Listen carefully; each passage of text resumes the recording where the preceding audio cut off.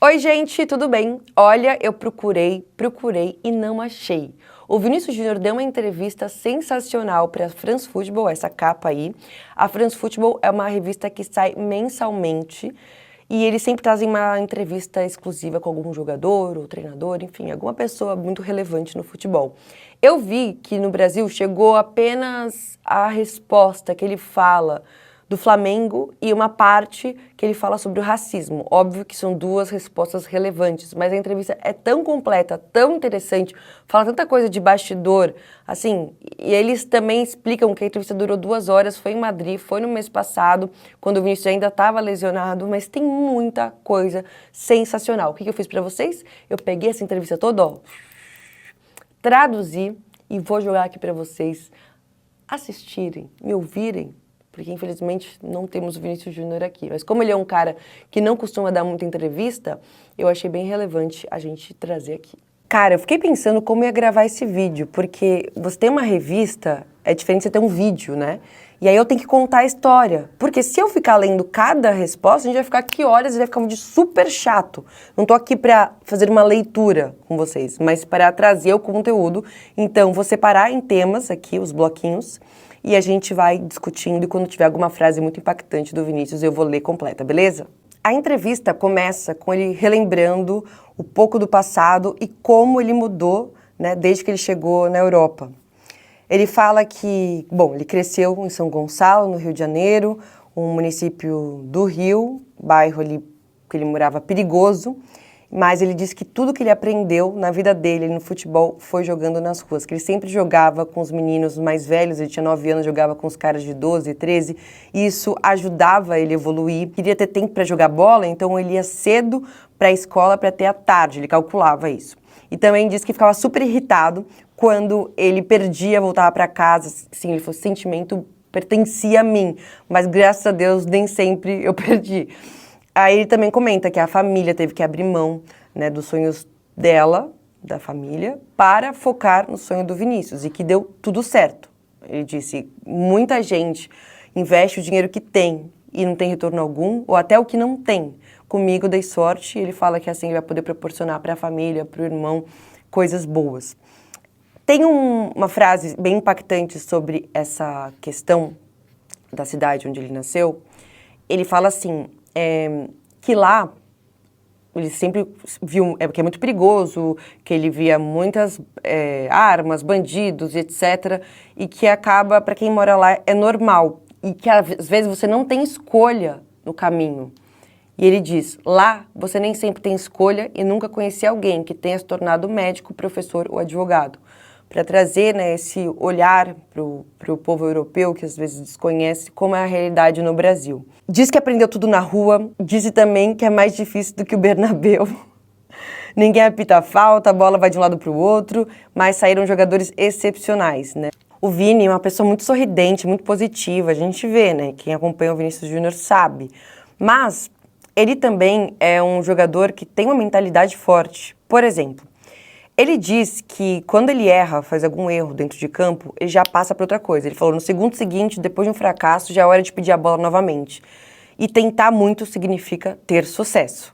Nem todo mundo pensa assim, com certeza, mas ele falou que desde que ele começou, é a forma que ele pensa, e ele queria levar isso para o Real Madrid. Ele sabia que nem sempre as coisas iam dar certo, mas se você ficar remoendo ali um fracasso, isso não vai te fazer bem. E ele falou também que ele sempre gostou desse papel de liderança, de falar, as pessoas escutarem ele. Ele sabe a voz que ele tem, o que ele representa, não só dentro como fora de campo, mas à frente aqui a gente vai falar sobre a questão do racismo, que ele abordou de uma forma bem profunda, como eu nunca tinha visto. E ele fala, bom, quando eu cheguei no Real Madrid, eu era só um garoto, assinei e tal, sem muita responsabilidade. Agora eu sei que eu sou a pessoa que deve liderar a equipe. Embora tenha outros jogadores experientes, um momento sou eu, outro momento é outro, as responsabilidades acabam sendo compartilhadas. E o Vinícius sabe e fala que o clube, a torcida, esperam dele. Ele sabe essa responsabilidade, ele sabe da pressão que existe, e ele falou, eu aceito tudo isso, eu assumo, e é uma necessidade quando se busca a grandeza. Tá, o Vinícius falando de liderança, tudo mais, iriri. Então quer dizer que o Vinícius fala muito dele? Não. Eu falo, mas eu sei onde eu devo estar. Se preciso falar, eu falo, sem problemas, mas tem o Toni Kroos, tem o Luka Modric, que estão há muito mais tempo, e ele diz que ele respeita muito a história desses jogadores, que ele tem mais a aprender com eles do que ao contrário. A parte sobre o Ancelotti, o Zizou, ela é bem legal, é uma parte aqui de bastidor que eu achei interessante. Ele disse que antes de chegar no Real Madrid, o Marcelo Casemiro falava muito bem de Zidane. Ele disse, bom, eu era muito pequeno, né, não vi ele jogar, mas tem o YouTube, era um jogador fenomenal. E diz que como treinador ele ajudou muito o Vinícius Júnior a fazer uma função que no Brasil eles não pediam. Ele falou assim, como treinador ele me ajudou muito, especialmente na capacidade de voltar para defender. Ele enfatizava a importância de contribuir para o esforço coletivo, mas dava liberdade também para o Vini expressar as qualidades dele. Ele falou, no Brasil, nunca me pediram muito em termos defensivos ou quase nada. Isso mudou muito pra mim. O Zizou me fez entender que as duas coisas não eram incompatíveis.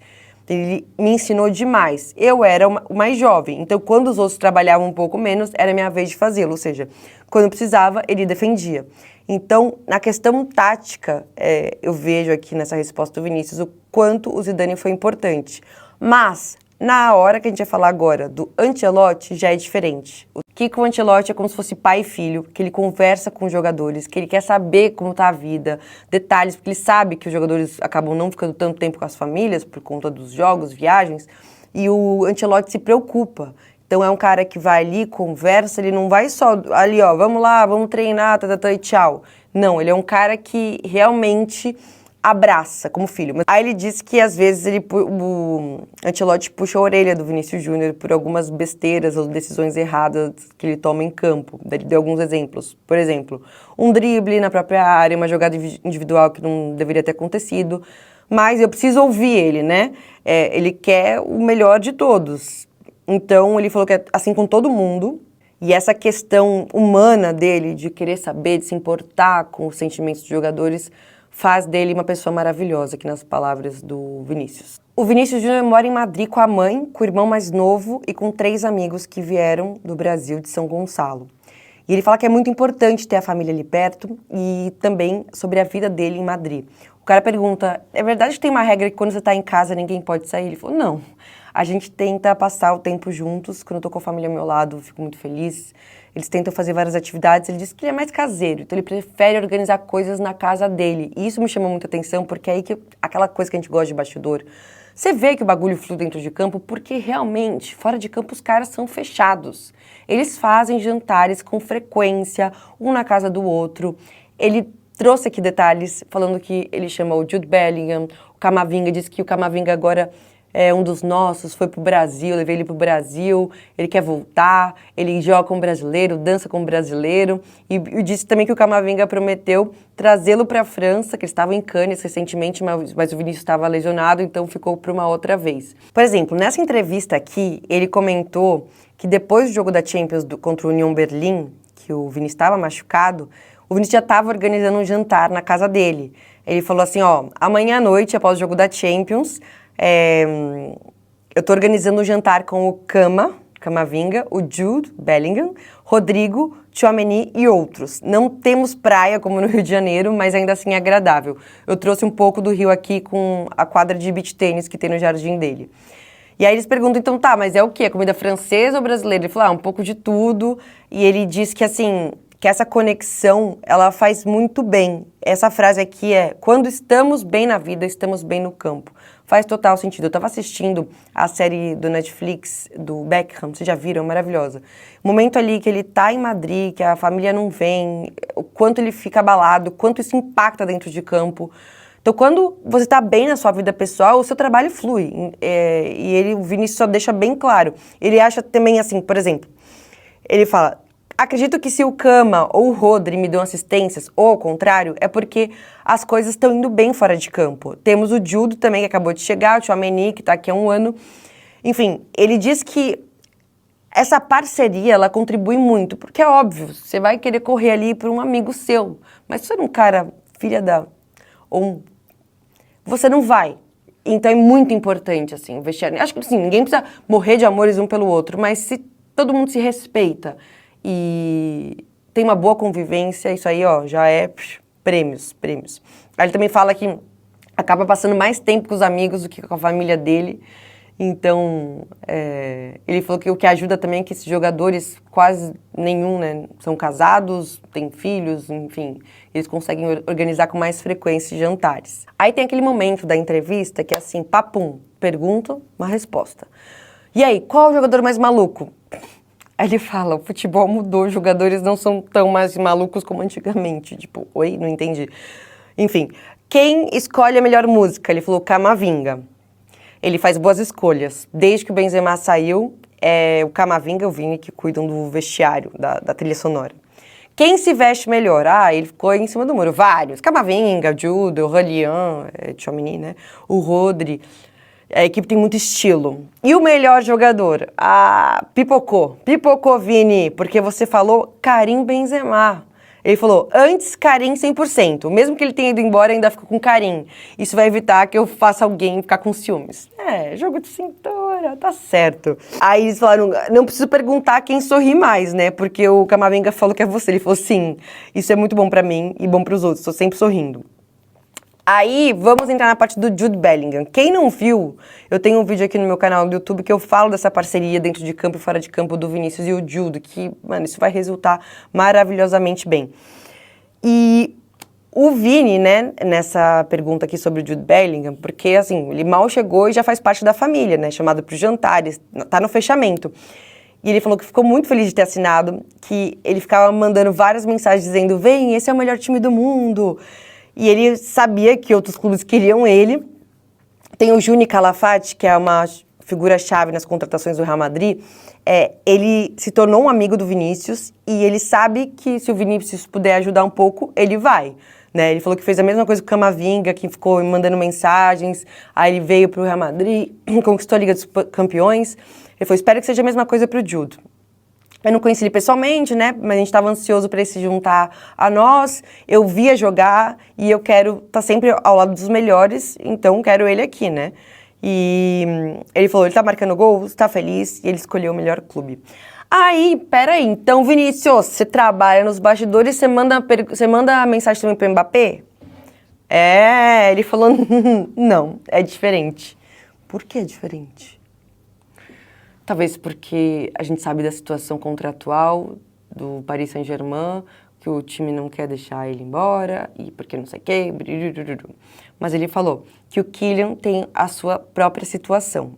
Com o Jude, eu sabia que ele poderia se transferir nesse verão. E foi perfeito que tenha acontecido assim. Mas prestem atenção. Prestem atenção aqui, ok, nesta frase de Vinícius Júnior. Aqui, todo mundo quer jogar com Kylian Mbappé e espero que isso aconteça um dia. Todo mundo aqui quer jogar com Kylian Mbappé, espero que isso aconteça um dia. Gravem essa frase, ok? Ele diz que é um dos melhores jogadores, talvez o melhor de todos hoje em dia. Ele tem um nível à parte. Vinícius dizendo abertamente que gostaria de jogar ao lado de Kylian Mbappé. Abrindo um parênteses, sabe o documentário do Beckham que eu disse? Quando ele vai para o Real Madrid, ele vai para a mesma posição do Figo.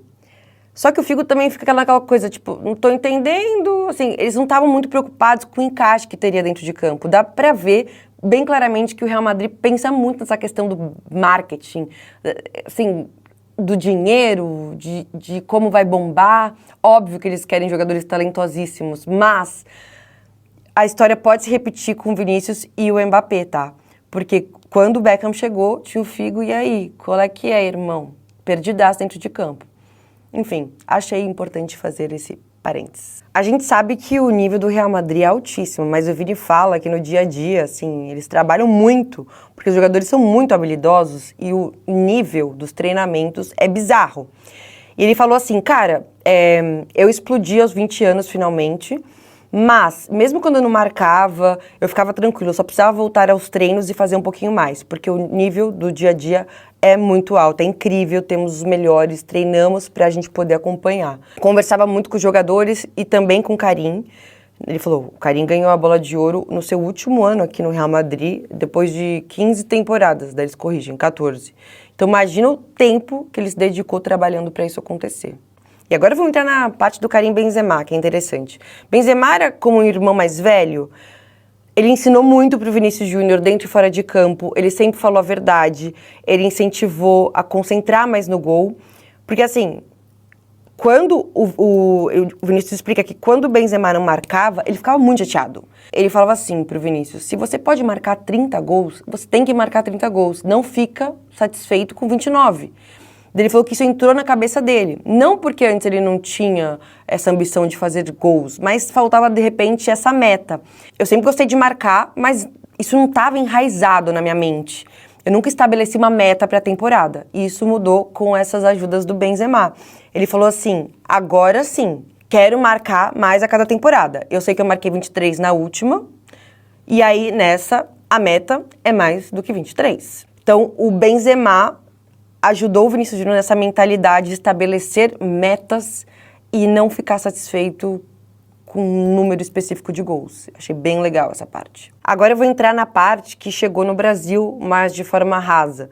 Rapidinho, primeiro sobre o Flamengo. Ele diz o seguinte, porque como ele exalta muito a alegria que ele sente de jogar o Real Madrid, como ele ama, o cara pergunta, então o Real Madrid vai ser seu último clube? Ele falou, eu poderia ficar aqui toda a minha carreira, mas o clube da minha vida é o Flamengo, eu prometi ao meu pai de voltar um dia, então eu tenho que respeitar essa promessa.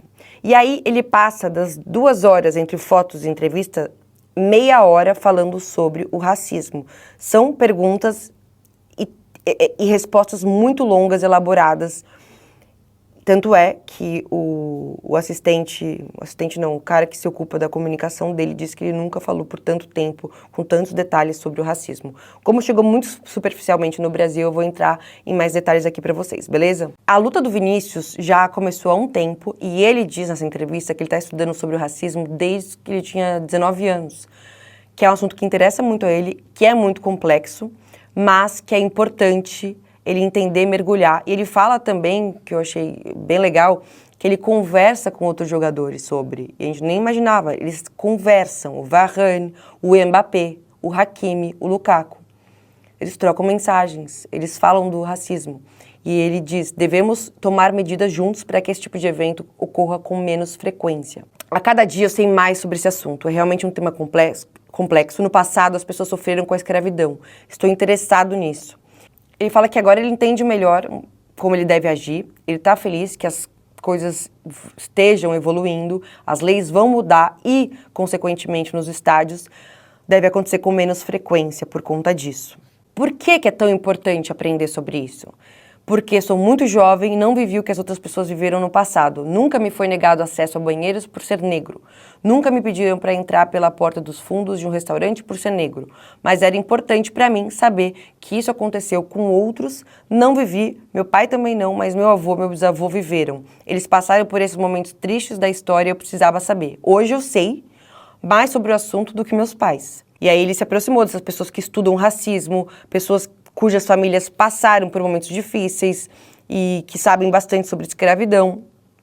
E ele falou, eu quero continuar tendo influência, a minha voz tem peso, eu posso ajudar, isso não se limita ao futebol ou apenas pessoas negras. Se alguém insulta você de uma forma que te machuca, é preciso lutar contra isso. Foi bem necessário, tá? Tudo isso que ele falou. Ele disse que antes daquele episódio em Valência, ele já tinha conversado com a La Liga, mas ninguém deu ouvidos. Só começaram a ouvir a partir do momento que o negócio escalou pra fora, entendeu? Todo mundo começou a falar da Espanha. E isso fez a La Liga reagir, tá? Ele falou, eu não sei se eu vou mudar a história, não vou fazer a Espanha ser um país sem racismo, nem o mundo inteiro, mas eu sei que eu posso mudar algumas coisas. Porque aqueles que chegarem nos próximos anos não vivam isso, para que as crianças tenham um futuro tranquilo, por eles farei o que eu puder. Ele fala sobre o apoio da UEFA e da FIFA. Teve apoio, ele falou, cara, na hora que acontece, todo mundo envia mensagens, todo mundo se solidariza e tal, mas falou que depois que acaba o auê, né, do momento, ninguém mais fala com você. Ele falou que teve apoio do clube, dos jogadores, né, principalmente daqueles que passaram por situações semelhantes, mas ele falou assim, é assim que as coisas vão mudar, se os jogadores estiverem unidos.